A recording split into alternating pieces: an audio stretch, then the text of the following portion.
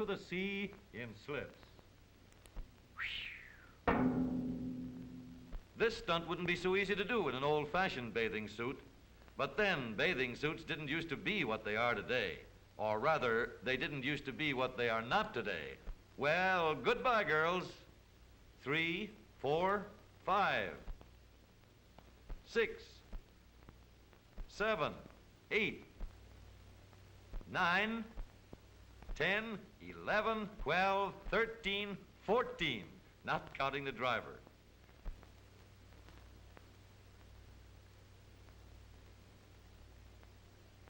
Out in Hollywood, the pretty girls that dress the background for the dancing stars of the big musicals have found a top hat way to go to the water.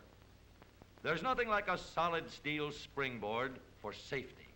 Give these girls a pool, a few square inches of bathing suit, and a car with a hard top, and the little matter of diving becomes very simple. Of course, there's the problem of offering the least resistance to the water, but all these models are beautifully streamlined, and that always makes diving much easier to watch.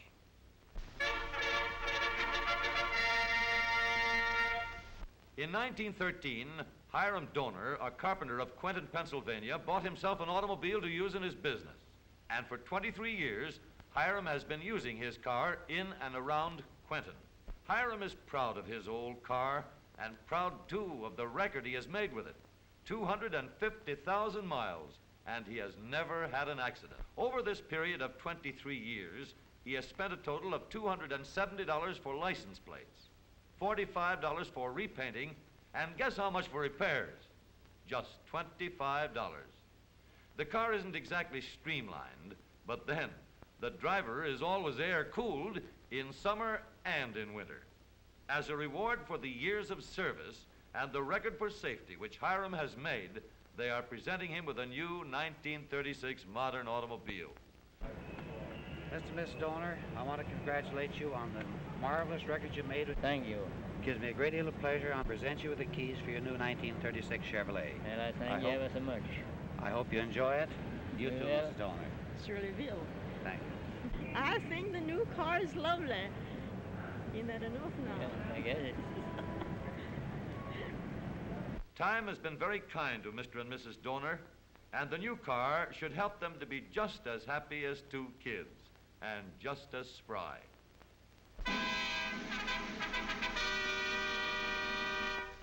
At Flint, Michigan, a crowd of 35,000 enthusiastic fight fans gather to watch the General Motors Amateur Boxing Tournament in the Atwood Stadium. And the referee is the most famous of them all, that idol of boys and men, Jack Dempsey.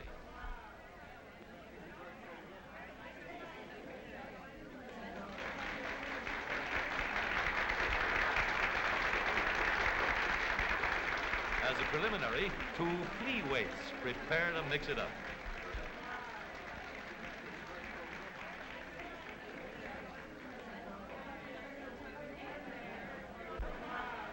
And under the eyes of the Manasseh Mauler, they do all they can to achieve a knockout. But Jack tells the boys to stop stalling around. And just to show him what they can do, they make the fur fly.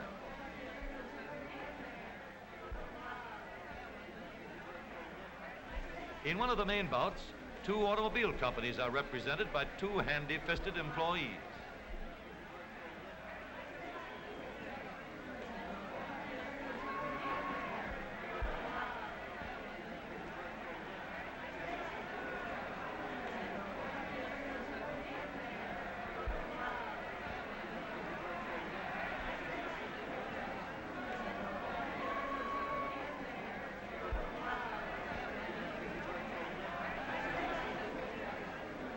The winner, he looks as though he could take it, and boy, can he pass it out.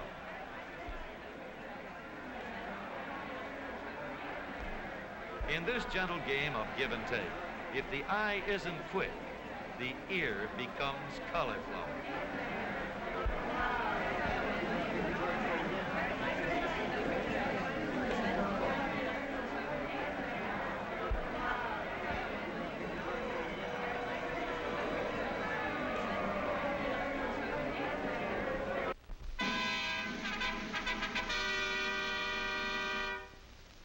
Inspecting turret tops as they come off the assembly line is a made-to-order job for James Scott, a regular cloud biter who looks low to see how things are on the top. It isn't hard for him to look over a hard top. Starting with these violin cases, size 17, and measuring carefully, we find that Jim is just exactly 7 feet 3 inches tall, although he's only 22 years old. He's inclined to look down on people, but then, what can you expect from that altitude?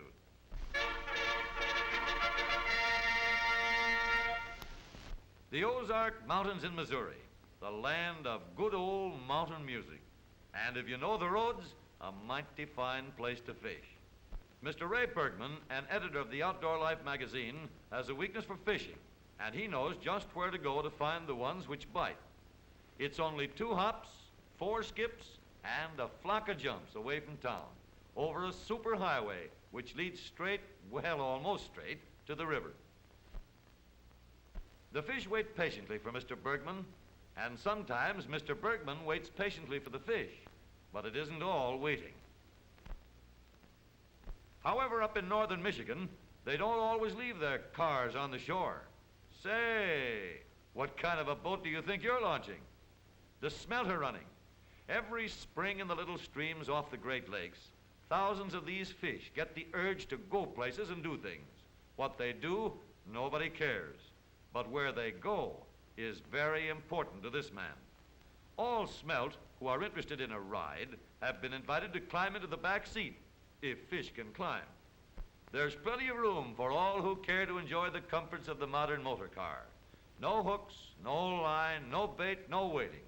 Just close the door, and with any luck at all, you have a load of passengers. It's not very scientific from the Isaac Walton point of view, but then, the man who fishes for smelt doesn't measure his success by the number of fish he gets, but by the pounds. There's no law to limit the catch, and the fisherman may have just as many as he can carry away. Let's see how many of the little fellows were motor-minded. This watertight body brings them back alive. And that is the end of the fish story, and also the end of those fish.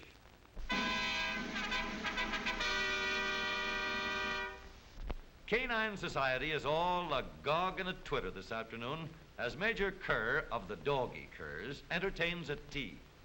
Dressed in a bully brown and white coat, the Major welcomes his many guests with a charming smile.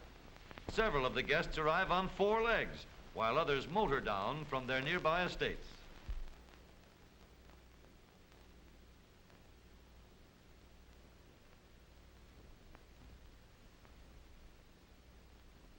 Guards have been placed at all exits to watch for the dog catcher, and the party progresses quickly, but not quietly. Mrs. Spitz, Herbert Rover, and Alan Spaniel of the Newport Spaniels are all very impatient for something to eat. Also, this member of the younger set. One of the best behaved guests at the party is this youthful policeman, but now he's getting hungry. In fact, they all are. And something's going to happen if, it does. Hey, you butts. Ain't yous got no manners?